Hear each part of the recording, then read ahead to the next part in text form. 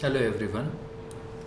Now in this lecture we will know about the next point, that one is a virtual function. How exact the virtual function is worked under the C++ and how exact the virtual function is related to the pointers to the base class. Now the virtual function and its significance in a C++. A virtual member is a member function that can be redefined in a derived class. Means we define one function as a virtual function under the base class. That one is again redefined in a derived class while preserving its calling properties through references. Means that one is with the help of the base pointer, base class pointer, we can access that function. The syntax for the function to become a virtual is to be produce its declaration with the virtual keyword. When we define the function as a virtual function, we need to use the virtual keyword. Now this one is simply the example how exact the virtual function is defined and how exact it access. Now the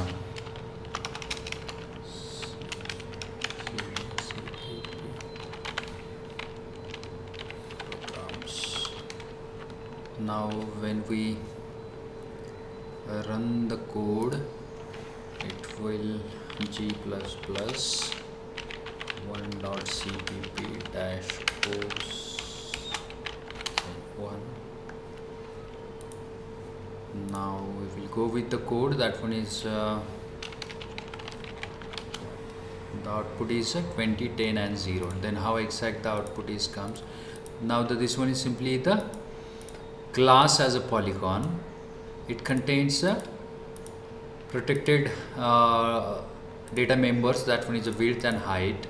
Now the one function, that one is a set value. Another function, that one is a area. That one is simply the virtual function area. It returns a 0 here. Now the class as a rectangle and class as a triangle. Now class as a rectangle class, it contains a area as a data member function. Then again the same triangle contained the area function. Then we create the object of rectangle and the triangle and the polygon. Means all the class have its own object. Now we create the polygon class pointer, right? That one is a pointer, poly1, poly2, poly3, and we stores the address of the all the object of other or the particular class. When we create the object of all class, then after that we create the pointer variable for the polygon is a base class, right? Is a base class. We create the object pointer object for the polygon and we store the address of that in that object.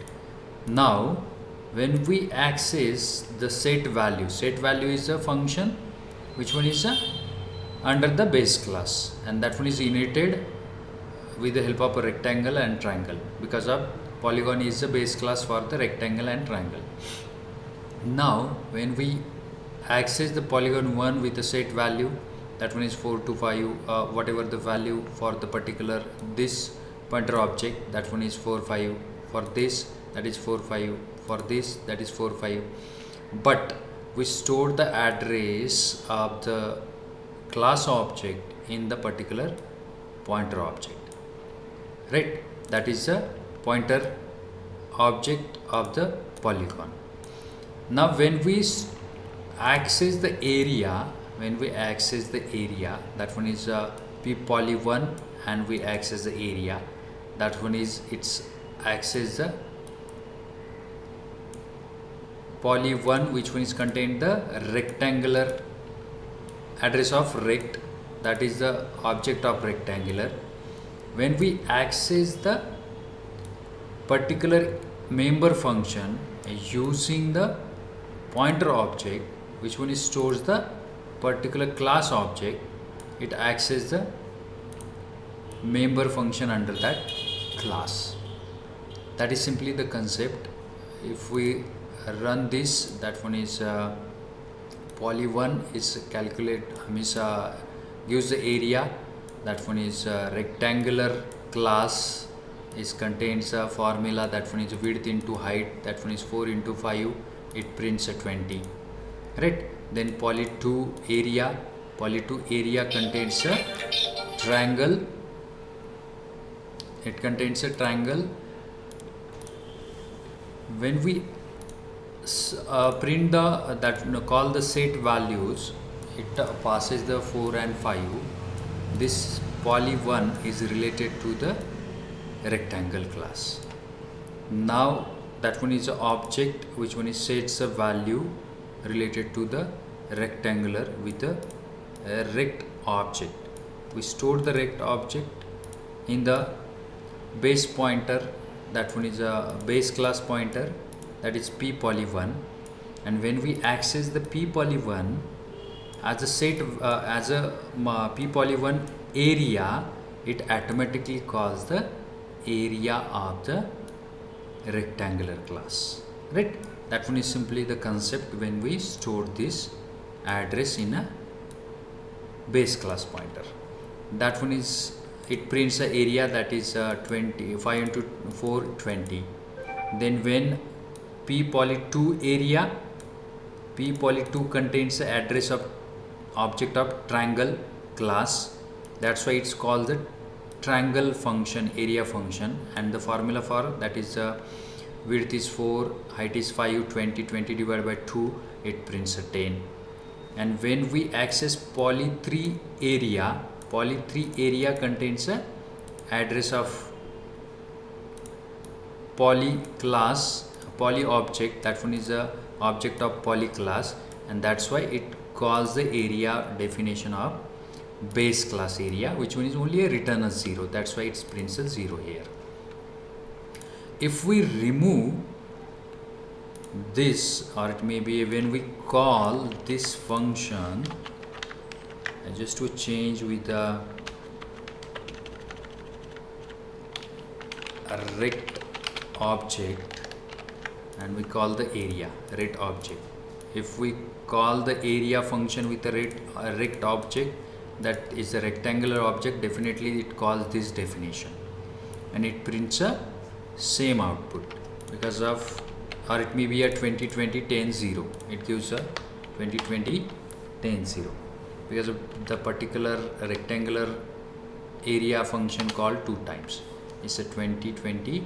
First rectangular area of a rectangular function is called with the rect object, and the second area of a rectangular class function of a rectangular class called with the p poly1, because a p poly1 contains the address of rect object. That is the process. And why the particular process is called? Because of the this line calls the derived class function, because of we mentioned that function, area function, as a virtual under the parents. If we remove the virtual keyword, all the object calls a base class function, area function, and it all prints as zeros. Okay, all the prints as zeros because of this allocation is null and void if the function is not a virtual. Poly1, that one is poly1 area, it's directly called the base class function. If we mention a particular base class function as a virtual, then and then it refer to the member function of the particular derived class. That is actually the use of virtual function.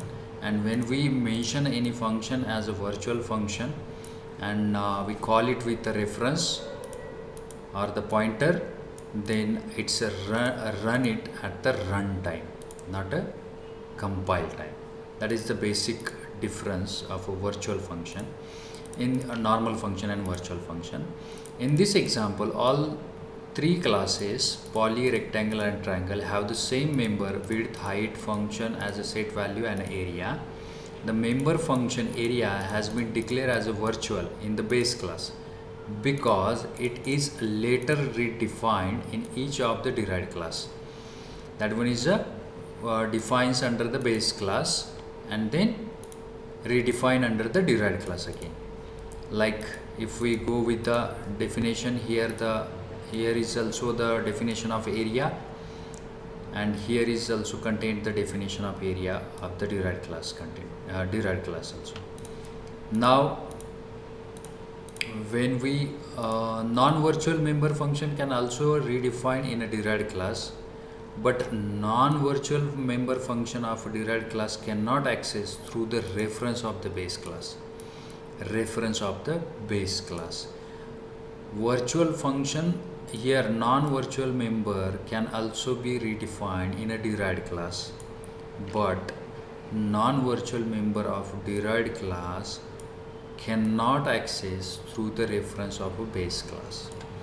Here we define a reference of the particular derived class and we can access it because of it's a virtual function. Area is a virtual function under the base class. If it is non-virtual, we cannot access with the help of these references. That is simply the theory. If virtual is removed from the declaration of area in the example above, all the three calls area would be a return 0, because in all cases the version of the base class would have been called instead. Means the area function which one is called, which one is a definition under the base class if it is not virtual.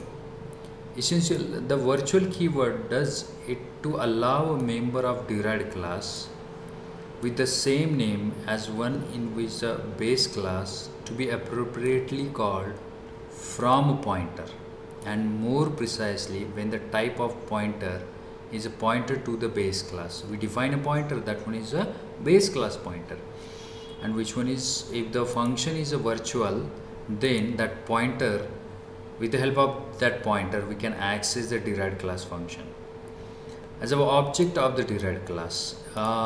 When the type of pointer is a pointer to the base class, that is pointing to an object of the derived class. A class that declare or inherit a virtual function is called the polymorphic class. That one is a polymorphism concept runs with the help of the virtual function. Because of whenever we define any function under the base class as a virtual and we redefine under the derived class, that function is called at the runtime, and that is the characteristic of a polymorphism.